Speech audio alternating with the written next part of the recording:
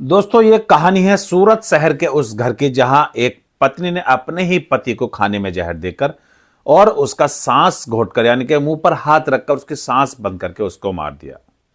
सूरत में एक normal middle class family, पति 42 साल की उम्र का और वो जो एक फैक्ट्री में काम करता है, और पत्नी की उम्र तकरीबन 39 साल की, जो 4 बच्चों की मां है। बाहरी दुनिया को तो लगता है कि अंदर सब कुछ ठीक ठाक है, इनका घर में सुख शांति से सब कुछ अच्छे से चल रहा है, लेकिन घर के अंदर रोज की टेंशन, रोज का झगड़ा और एक ऐसा राज जो सिर्फ पत्नी ही जानती है कि आखिर उसने अपने पति को क्यों मार दिया, किस तरह मारा, कैसे मारा, जो बाहरी दुनिया को नहीं पता था कि आखिर इतनी बड़ी वजह कौन सी रही होगी जहां एक पति खुद ही अपना सुहाग उजाड़ देती है, अपनी मांग का सिंदूर मिटा देती है, अपने ही पति को मार देती है। दोस्तों, पुलिस इन्वेस्टिगेशन के मुताबिक जो महिला होती है वो अपने पति की मौत के बारे में बताती है कि मेरा जो पति है वो रोज रोज शराब पीकर घर आता था, मुझे टॉर्चर करता था, मारता था और मेरे साथ सेक्स में जबरदस्ती करता था, मुझे यौन प्रताड़ना देता था, यौन आक्रामकता मुझे दिखाता था। जब मैंने बार बार इसका विरोध किया, इसको मना किया कि ऐसे जबरदस्ती ना करें, मुझे तंग ना करें, मारे पीटे ना करें, तो मुझे हर बार डराया गया, धमकाया गया और मुझे दबाकर रखा गया। दोस्तों, फिर धीरे धीरे उस औरत के मन में सिर्फ एक ही सवाल पलने लगा कि इस आदमी से छुटकारा कैसे पाया जाए, कि आखिर कैसे वो अपने पति का जो टॉर्चर है वो बंद कर दे और कैसे वो एक आसान सी जिंदगी जीने लगे, आखिर कैसे इससे छुटकारा पाया जाए। फिर उसके मन में एक शैतानी ख्याल उठता है, वो उसको अपने पति को खत्म करने का प्लान बना लेती है कि अब इसके अलावा कोई और ऑप्शन मेरे पास नहीं है, अगर मैं इसको मार नहीं पाई तो ये मुझे बार बार ऐसे ही टॉर्चर करेगा, मुझे ऐसे ही परेशान करेगा। वो अपने पति को मारने का प्लान बना लेती है।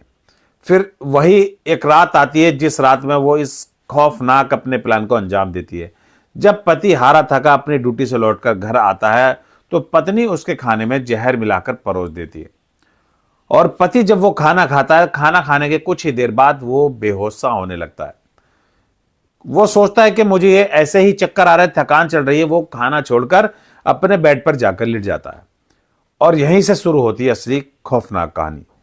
ये कहानी यहीं खत्म नहीं हुई। फिर पत्नी अपना दूसरा तरीका आजमाती है कि कहीं जहर का असर कम हुआ और ये बच गया तो बात खराब हो जाएगी, फिर शायद मौका मिले या ना मिले ये मुझे बार बार टॉर्चर करेगा, परेशान करेगा, या इसको अगर पता चल गया कि खाने में मैंने जहर दिया है तो मुझे जान से न मार दे।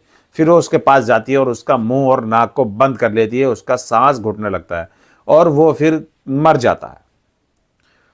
फिर पत्नी सुबह पड़ोसियों को बुलाती है और रोल मचाकर कहती है कि मेरे पति की तबीयत खराब हो गई है, शायद इनको हार्ट अटैक आ गया। वो कई तरह की बातें बनाने लगती है। उसके पड़ोसी जब उसके घर आते हैं तो उसको उठाकर हॉस्पिटल ले जाते हैं, उसके पति को उठाकर हॉस्पिटल ले जाते हैं, और वहां जाकर पता चलता है, डॉक्टर बोलते हैं कि शायद इसको लाने में आपने देर कर दी, अब इसमें कुछ नहीं रहा। वो आदमी मर चुका होता है।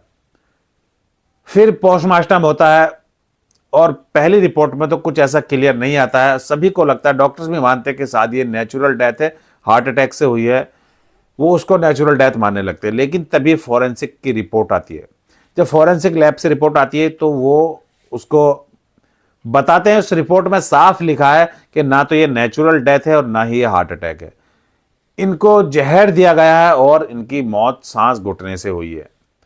अब पुलिस को इस बात पर शक और भी गहरा हो जाता है कि पति पत्नी के अलावा छोटे बच्चे हैं घर में, जो ये इतना बड़ा रिस्क नहीं ले सकते, इतना बड़ा काम नहीं कर सकते, और ना ही उनके दिमाग में ये बात आने वाली है।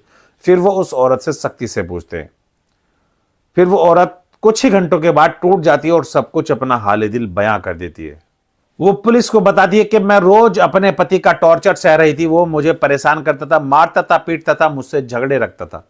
मैंने ये जो भी कुछ किया है अपनी इज्जत बचाने के और अपनी जान बचाने के लिए किया है। खैर, कानूनी कार्रवाई होती है और पुलिस उस औरत को गिरफ्तार कर लेती है मर्डर के इल्जाम में और उसको जेल में डाल देती है। दोस्तों, ये कहानी सिर्फ मर्डर नहीं है, ये कहानी है घर के अंदर छुपी हुई हिंसा की, चुपचाप सहने की और एक गलत फैसले की। लेकिन उससे भी बड़ा सवाल यह है, क्या ये क्राइम है या सालों के जुल्म का फूटा हुआ गुस्सा, कि आखिर अपने जुल्म से परेशान होकर, जो उसके ऊपर जुल्म हुए, अत्याचार हुए, उनसे परेशान होकर वो अपने पति को मार देती है।